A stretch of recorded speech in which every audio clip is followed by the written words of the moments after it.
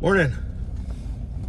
So somebody had mentioned to me the other day just how they'd grown up kind of assuming and feeling that they wanted to have children, and then when they hit their 20s, they start feeling like maybe I don't want to do that. And I found it kind of a striking thing just because I remember feeling that transition myself. I don't know how normal that is. I mean, to a certain extent, I guess when you hit adulthood, and you're finally out on your own and you have your freedom,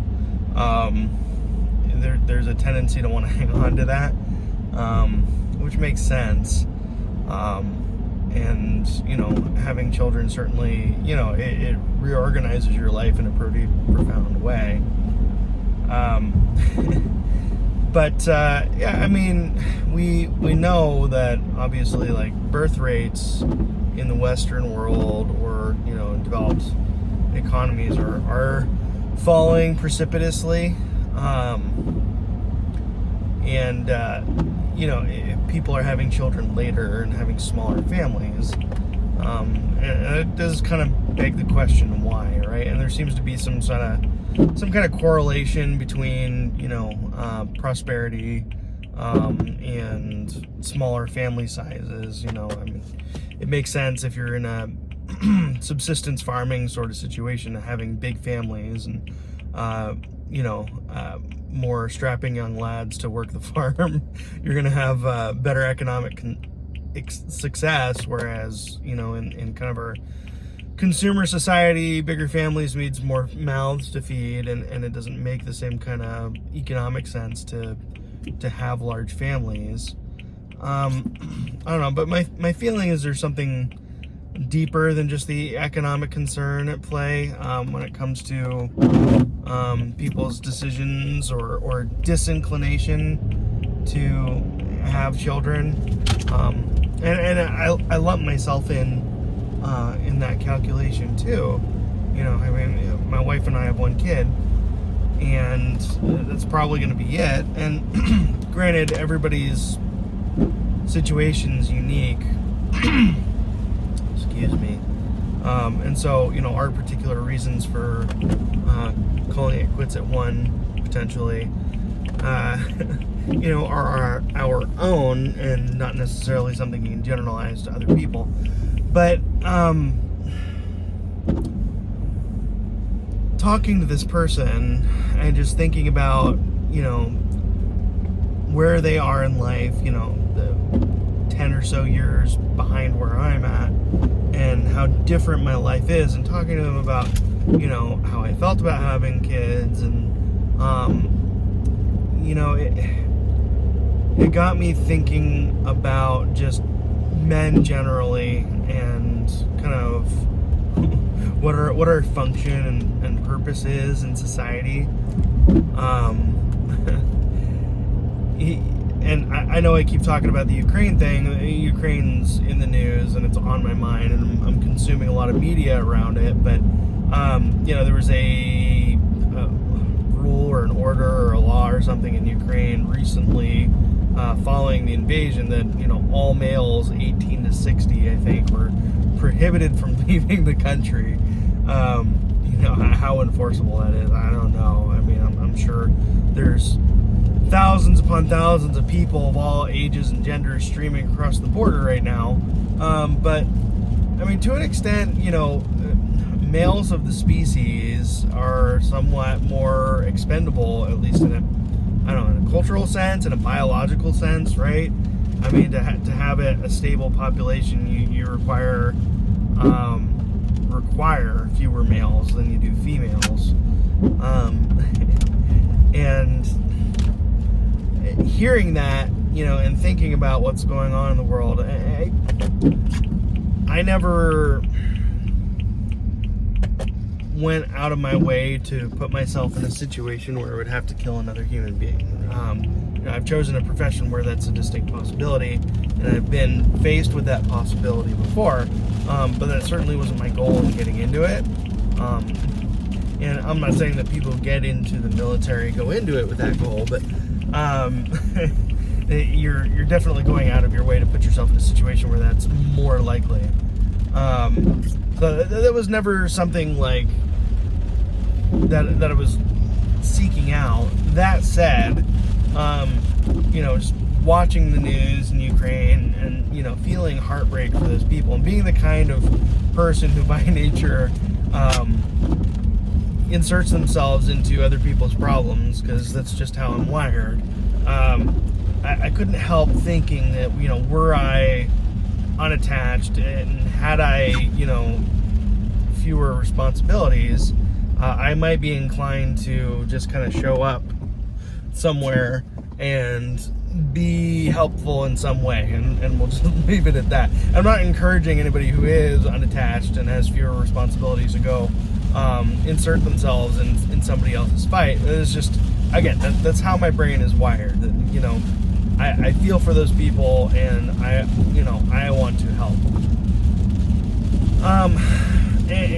And I think there's, some biological basis for that sort of behavior.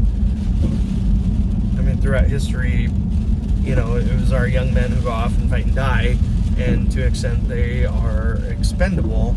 And then that kind of changes as you, grow and mature and become responsible for a family. And so if you have this phenomena where men are having fewer children or no families at all on an increasing basis, and birth rates are declining, and you have this larger segment of the male portion of the population that are unattached and are in some respect more expendable, it feels like you end up with a population of people who do not contribute to society in the same way. And I'm not saying that people who don't have children don't contribute to society or can't contribute to society, but having become a parent and feeling viscerally the change in myself and the rearrangement of my priorities and my outlook on the future, it worries me that we have more men who do not have that profound sense of responsibility to the future, because they've got their own blood invested into it. And I don't think there's like a moral failing for people who feel that they don't want to be parents or shouldn't be parents. I'm not trying to cajole people into having children. That's not me. And I know there's people, especially women, who really chafe at the perceived constant pressure of society telling them when you're gonna have kids when they don't want to have kids. But that said, I feel like there's maybe a less obvious inverse pressure in society to not have children. I mean, you think about things like climate change, or I talked about kind of disaster preparedness and this like constant worry and fear about doomsday scenarios. Somehow like gives people an excuse maybe to say, well, I don't want to bring a child into the world in kind of this horrific reality and have them suffer, which and I know I've said this before, for thousands of years our ancestors survived war, famine, plague, and myriad disaster and death to continue to propagate the species in the hopes of a better life and a better future for their children and their children's children. And I think part of that is because they did have families, that they worked and strove so hard to make the world a better place, and in the last 100, 200 years, we've seen this explosion in technology and advancement, and human well-being and standards of living have increased dramatically. But I mean, you think back to the the slow grind of progress over thousands of years prior to that in human history. And I mean, there wasn't necessarily a whole lot of reason to believe that things could get better, right? I mean, now it's like, you know, if you were born at the turn of the century, you saw the Wright brothers' first flight, and you would have lived to see a man on the moon, right? I mean, in the span of 60 or so years, if I'm remembering my dates right, you saw this incredible advancement in, you know, human potential. And so, you know, there's no reason for people now to think, well, yeah, we can make things better. There's no reason not to think that. But if you were born in, you know, Bronze Age Egypt, you know, there was not much advancement to observe, right? I mean, life just kind of continued as it had, uninterrupted for, you know, hundreds of years. Nevertheless, you know, people continued to struggle and strive and do physical and mental labor, extraordinary feats of, you know, human exertion to construct a world where, you know, women didn't die frequently in childbirth, and we weren't, you know, victim to common diseases or, you know, minor injuries, or, you know, the vast majority of the world has, you know, food, water, and shelter in sufficient supply, right? And I mean, the 20th, 21st century, you know, I mean, it was not an unrealistic expectation given the trajectory that we would wipe out, you know, grinding poverty entirely on this planet. Like, I mean, there was sufficient abundance, right?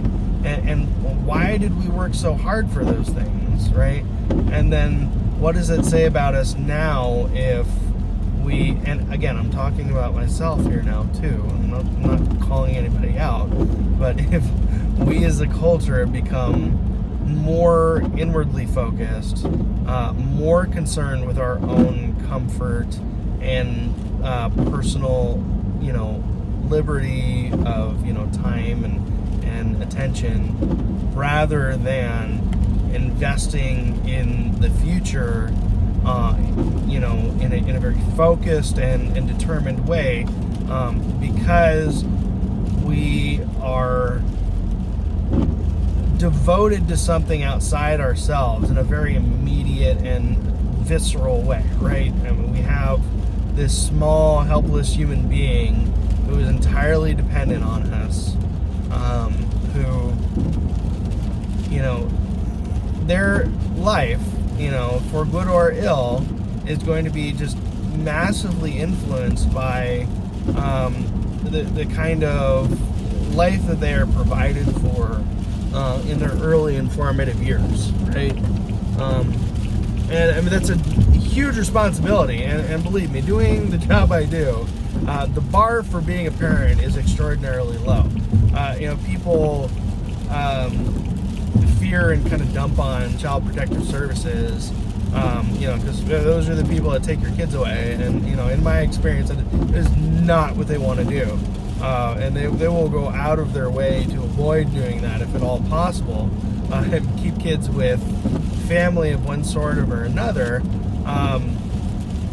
But yeah, it doesn't take a lot for, you know, the state to kind of give you the go-ahead and say, yeah, you're hacking it as a parent. Like, it's not pretty. Maybe you need a little help, and we're going to try and teach you a little bit, because clearly you have no idea what you're doing. But yeah, that's fine. You're going to do okay, right? The bar's low, right? And the world needs good parents. And people I grew up with, and I mean, so many of them have, you know, one or none. Again, including myself. I'm not calling anybody out. I mean, it's not criticism. It's just an observation. And people who, like, are, you know, hardworking professionals, they're smart, they're, you know, good, moral people, and, like, they're exactly the sort of people that you want to have families and raise the next generation, and they're not having kids. And, I mean, people joke about Idiocracy being the first, you know, fiction movie that turned into a documentary, and I don't think we're there yet. But I mean, certainly the meme exists for a reason, right? And the types of people that are having children in significant numbers, they're struggling. They're not the kind of person I'm talking about who has it largely together and who's ready to have children and who has really something like meaningful to impart upon, their children, and who the world will be, somewhat diminished because something of them does not live on. And again, I'm not criticizing. I know I've said this a million times. And it doesn't mean that those folks who I love dearly do not have something important they can contribute to life and society and humanity that will live on past themselves. And certainly we all hope to, in our endeavors, create some kind of meaningful impact on the world around us that lives beyond us. Kind of the, dramatic, General Maximus and saying, what we do in life echoes in eternity, right? It's a little melodramatic, but it means something to people, right? They want to do something that matters, and it's not required that you have children to do that. But man, when I look at my daughter and I see the future unfolding before her, and think about like all the time I've wasted, all the things that I could have been doing to better prepare things for her, to unveil for her the just joys and treasures of life, and all the just beautiful nuance of the world around us, and it really puts in perspective like how important some of the just trivial selfish things I've done with my time over the years really are. And I still waste time on trivial selfish things sometimes.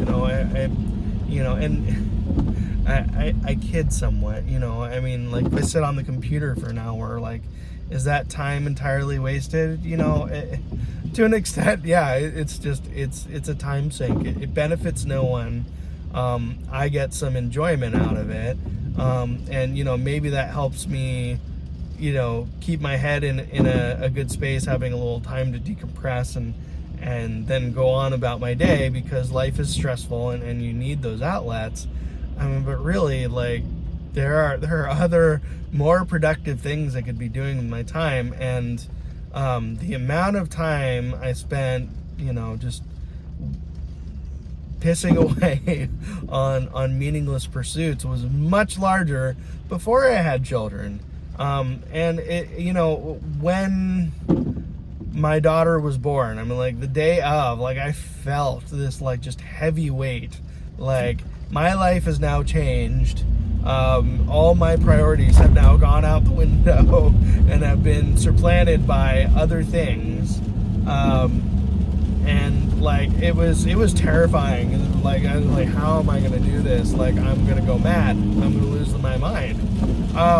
And there's days, especially God bless my wife. It's been tough, but the rewards, just so heavily outweigh anything I might have quote unquote lost. And I know that sounds like a cliche parent thing to say, but goddamn if it isn't true. If you don't do it, you don't know. And so I'm not dogging any of my friends who don't have kids, or feel they can't have kids, and like I said, I love you guys to death, but it'll change your life for the better in just a way you can't imagine. Have kids, invest in the future. Give something of yourself, the best part of yourself, to the future. They deserve you. See you on the next one.